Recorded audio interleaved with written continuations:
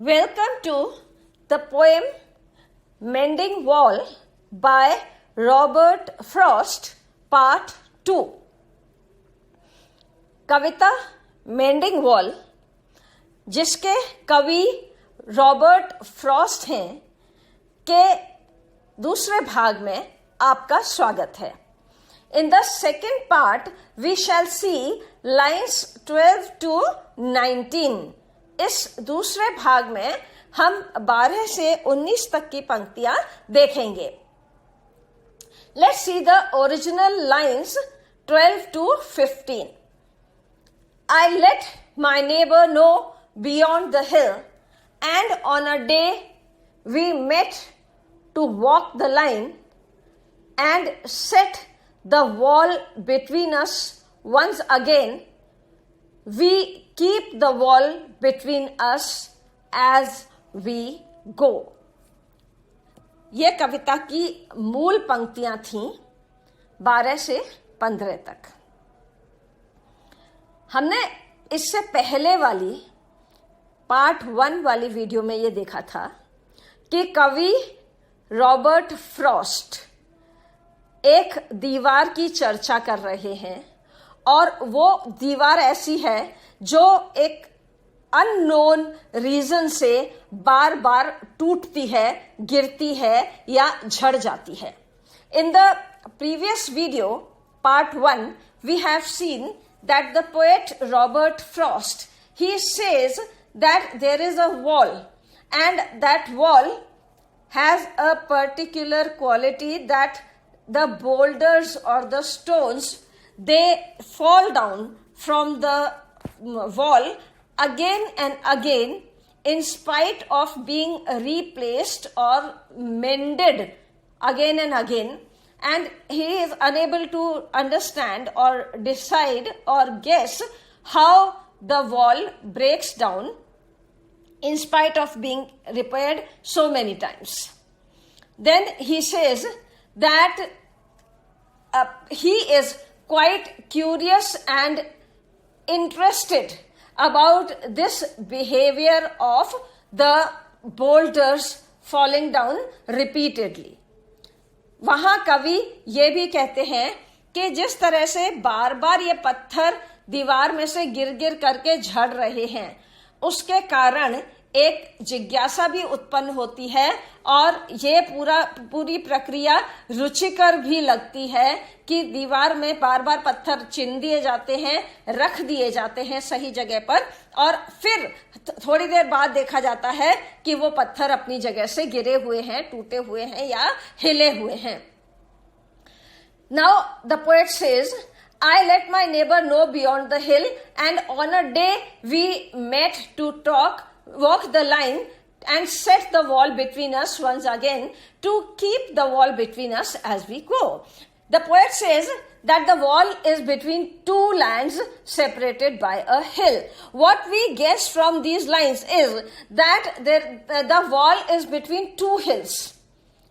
The poet says that the wall is between two lands separated by a hill. The location is such that in between there is a hill, and on either side of the hill these two neighbors are there, and the wall is there at this location.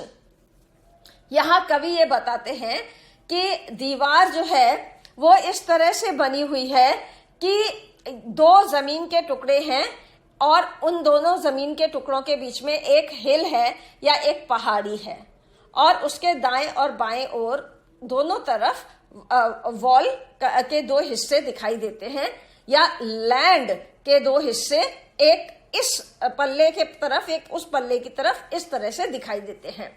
He has informed the farmer who lives on the other side of the hill about the whole. Now, because it is a common wall which two neighbors share, so he has a moral duty to inform the other neighbor about the condition of the wall.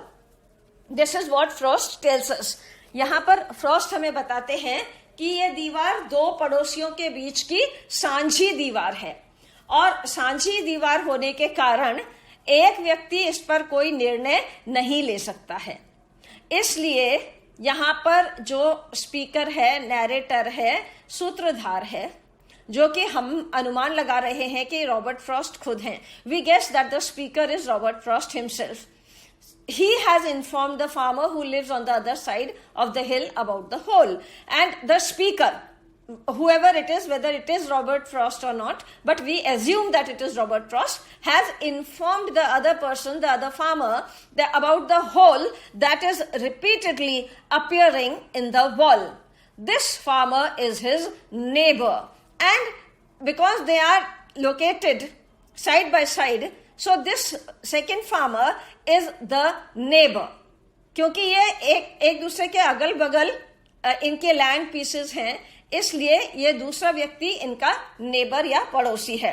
A day is fixed on which they both meet to survey the situation. So they both discuss and decide that we shall meet one day in order to decide what the line of action should be about this wall, whether it is to be repaired or whatever is to be done. Let us be together, look at the wall, have a clear observation of what's happening, and then we shall take some decision over it.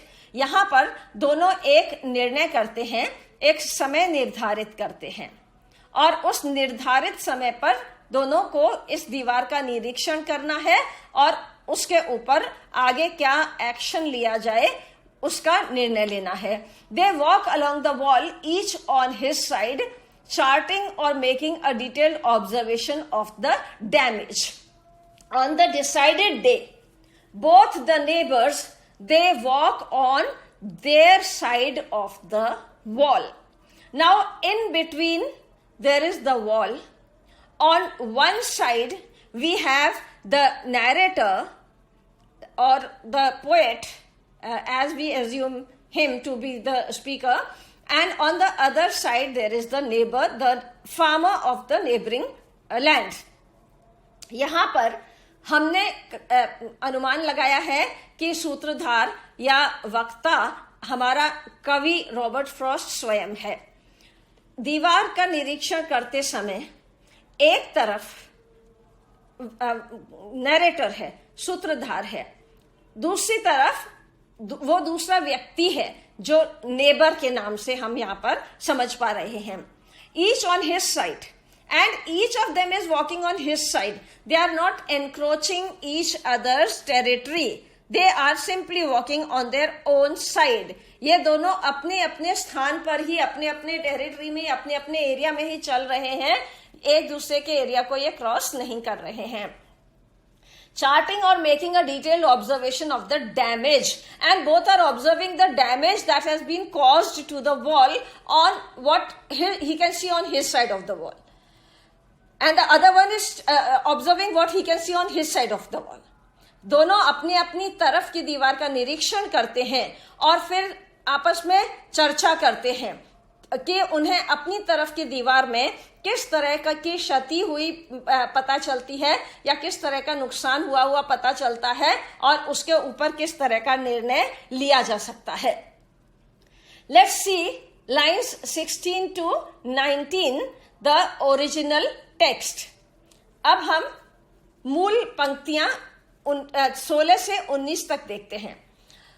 To each the boulders that have fallen to each, and some are loaves and some so nearly balls. We have to use a spell to make them balance. Stay where you are until our backs are turned. These were the original lines 16 to 19. ये मूल पंक्तियां थी. Let us see the explanation of these lines. अब हम इनका explanation देखते हैं. Robert Frost says that he and his neighbor each take it upon themselves to restore or rearrange the boulders that have fallen on his side of the hill, because both of them are walking on their respective sides.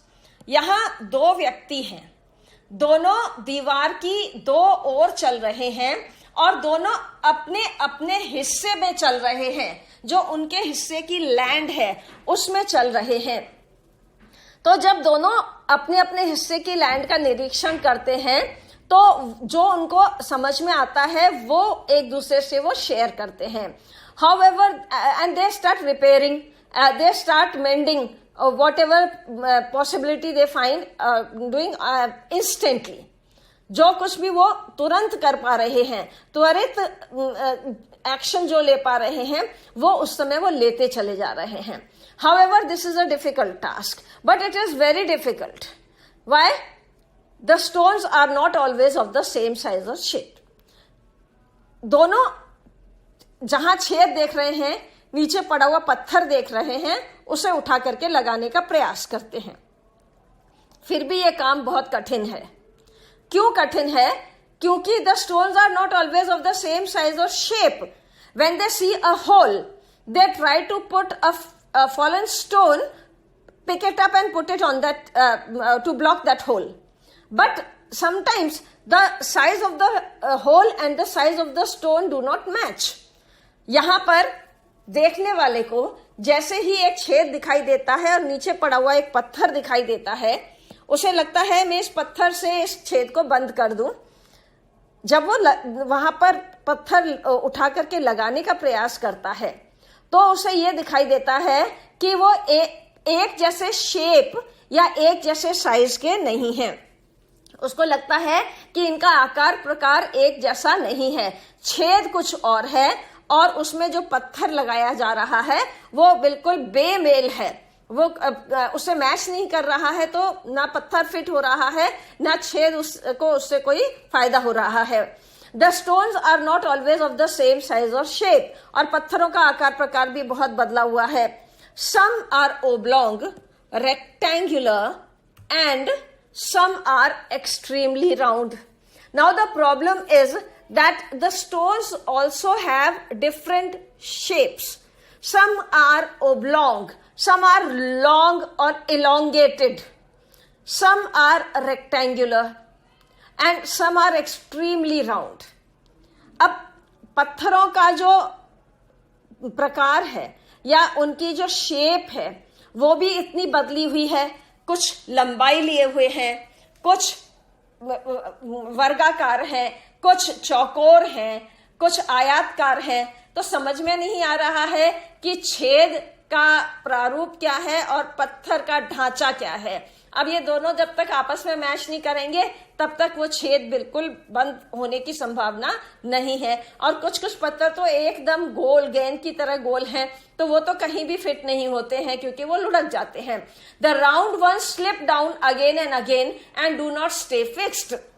The poet says that the round stones, they were the most terrible ones to be fit in the holes because they slip down. They do not have a hold of their own. So due to gravity and due to the shape, round shape, they are so slippery that they slip down and fall down. यहां पर गोल पत्थरों से बहुत परेशानी हुई है क्योंकि उनके पास टिकने के लिए कोई आधार नहीं होता है और उसके कारण जब वो उनको छेद में डाला जाता है वो लुढ़क करके नीचे आ जाते हैं। It seems as if only magic can hold them in their places. And sometimes in a very jovial mood, in a very light mood, the poet says that they can be held at these places to block the holes only by magic. और कवि बहुत ही हल्के फुल्के और मनोरंजक अंदाज में ये बात शेयर करते हैं कि ये गोल पत्थर बिल्कुल नहीं टिकेंगे, ये केवल जादू से ही यहां पर टिक पाएंगे। Let us see the explanatory notes for this part of the poem. कविता के इस भाग को समझने के लिए कुछ शब्द और वाक्यांश देखते हैं। Hill, a high area of land lesser than a mountain. हिल का अर्थ होता है ऊंची भूमि या पहाड़ी।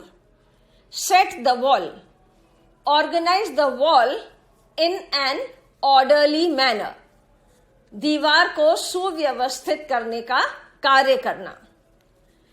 We keep the wall between us as we go, हम दोनों दीवार के दोनों ओर अपना अपना कार्य संपादित कर रहे थे। दीवार हमारे बीच विद्यमान थी, अर्थात हमने अपनी सीमाओं और मर्यादाओं का पूर्ण पालन किया। The poet says that the wall was between them and they took care of their boundary lines. Not only the wall or the physical boundary line, but also the behavioral boundary line. That is why he says, we keep the wall between us as we go. हम जैसे जैसे चलते हैं वैसे वैसे हम अपने बीच की दीवार को कायम रखते हैं। Until our backs are turned, until we move away from this place. जब तक हम इस स्थान को छोड़कर चले नहीं जाते हैं। Loaves, bread that is baked in one piece and can be cut into pieces. Here, the reference is to the shape of a loaf. एक बड़े आकार में पकाई गई डबल रोटी जिसे बाद में टुकड़ों में काटा जाता है। Now the word loaves has been used for the shape of the stones. पत्थरों के आकार के लिए ये प्रयुक्त हुआ है। जिस तरह से एक बड़ी डबल रोटी या लोफ तैयार किया जाता है और उसके बाद उसको जब काटा जाता है तो हमारे पास छोटे रूप में वो आती है, लेकिन जो बड़ा होता है वो लंबा इलोंगेटेड लोफ होता है। तो यहाँ पर कुछ पत्थर भी ऐसे ही हैं जो लंबे हैं, इलोंगेटेड हैं, और उनका जो प्रकार है वो इस तरह का है देखने में जैसे कि कोई लोफ पकने के बाद दिखाई देता है, डार्क ब्राउन इन कलर, जिसका कि रंग भी गहरा भूरा होता है। ठीक उसी तरह से इन पत्थरों का रंग रूप, इनका स्वरूप भी दिखाई देता है। Spell used especially for reference in stories, magic words or actions that cause somebody to be in a particular state or condition. Now the word spell has been taken from the stories, especially the stories based on fancy or fantasy or imagination और magic. यहाँ पर ये जो शब्द spell लिया गया है ये उन कहानियां किस्से छोटे बच्चों के लिए विशेष रूप से जो बाल कथाएं लिखी जाती हैं या बाल चित्र कथाएं बनाई जाती हैं जिसमें मैजिक का, जादू का विवरण होता है या जिसमें कल्पनाशीलता बहुत अधिक होती है, ऐसी जो स्टोरीज हैं उनमें ये वर्ड यूज होता है स्पेल, मैजिक वर्ड्स और actions that cause somebody to be in a particular state और condition. These are the things, spell are the magic words that bind somebody to be in a particular situation और condition. विशेषतः कहानियों में प्रयुक्त एक संदर्भ, मंत्र, जादू या टोना जो दूसरे को मोहित या वशीभूत कर ले। यहां पत्थरों को यथास्थान टिकाए रखने वाला जादू। So this is how Robert Frost is making the context or the concept very interesting. Robert Frost यहाँ पर पत्थर के दीवार में छेद होना और पत्थर से उसको उठाकर रखना, ये इस पूरे प्रक्रिया को भी इतना रुचिकर बना रहे हैं कि पढ़ने में भी लग रहा है जैसे हम बहुत ही अच्छी कोई कहानी या कविता पढ़ रहे हैं। Balance to be or to put somebody or something in a steady position so that the weight of him or her or it is not heavier on one side than on the other. स्थिर या संतुलित स्थिति में करना या होना ताकि एक ओर का भार दूसरी ओर से अधिक न हो, संतुलन की स्थिति में रखना. Here in this video, Mending Wall Part 2, we have seen lines 12 to 19. Line 20 onwards can be seen in the next video. Kindly see the next video. अभी हमने Part 2 Mending Walls के इसमें पंक्तियां 12 से 19 तक देखी हैं. पंक्ति 13 से आगे की कविता अगले वीडियो में है. कृपया अगला वीडियो भी अवश्य देखें. Thank you. धन्यवाद.